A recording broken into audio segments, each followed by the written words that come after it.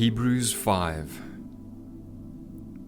Every high priest is a man chosen to represent other people in their dealings with God. He presents their gifts to God and offers sacrifices for their sins. And he is able to deal gently with ignorant and wayward people, because he himself is subject to the same weaknesses.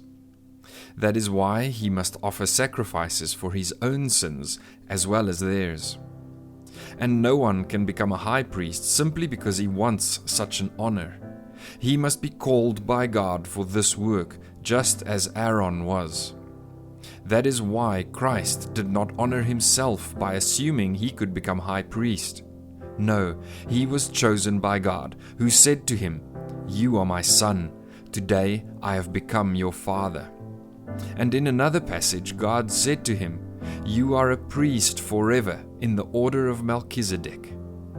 While Jesus was here on earth, he offered prayers and pleadings with a loud cry and tears to the one who could rescue him from death.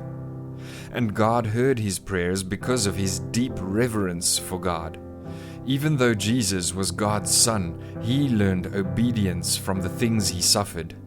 In this way, God qualified him as a perfect high priest, and he became the source of eternal salvation for all those who obey him. And God designated him to be a high priest in the order of Melchizedek.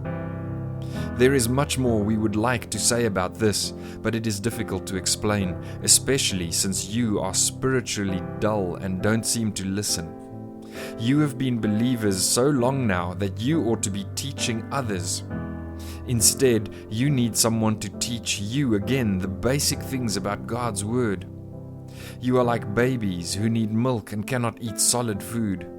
For someone who lives on milk is still an infant and doesn't know how to do what is right. Solid food is for those who are mature, who through training have the skill to recognize the difference between right and wrong.